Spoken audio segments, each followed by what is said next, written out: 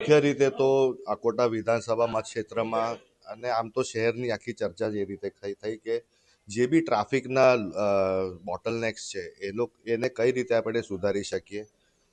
જે નહીં કામના ડિવાઈડર્સ, તમારા 100 મીટરની ડિવાઈડર એવા ડિવાઈડર બંધ થાય. ત્યાર પછી ટ્રાફિક લાઇટની જે સિસ્ટમ છે એને થોડી પ્રોપર કરવામાં આવે. આપણા શહેરમાં ઘણા બધા 4 રસ્તા 3 રસ્તા ઉપર ટ્રાફિક સિસ્ટમ છે લાગેલી, પરંતુ ઘણી વખત શું થાય છે કે અમુક લાઇટ બંધ હોય તો એ રિપેરિંગ વ્યવસ્થિત થાય. તો ટાઉન પ્લાનિંગમાં તો પર કેપિટા કેટલા લોકો રહી શકશે, શું રાખશે એનો એપ્રોક્સિમેટ એસ્ટિમેટ તો હોય જ છે. તો એપ્રોક્સિમેટ એસ્ટિમેટના હિસાબે પાઇપલાઇન નાખવામાં આવે પહેલાંથી જ, તો જેથી કરીને તમને વારંવાર ખોદવાનું માટે, તમારે વારંવાર પાઇપલાઇન ચેન્જીસ કરવાના માટે. એ સિવાય વડોદરા શહેરમાં આજે તમે યુટિલિટી તરીકે જોવા જાઓ તો MGVCLનું કેબલિંગ ચાલતું હોય કે પછી તમારું આ બ્રોડબેન્ડ કનેક્શન્સ માટે જે કેબલ કનેક્ટિવિટી ચાલતી હોય, ફાઈબર નાખતા હોય, એટલે જુદા જુદા ટેલિફોન ઓનર્સ નાખતા હોય કેબલ. એ સિવાય VMC પોતે પણ ડેટા ટેલિકમ્યુનિકેશન એમના પણ કેબલ નાખતા હોય.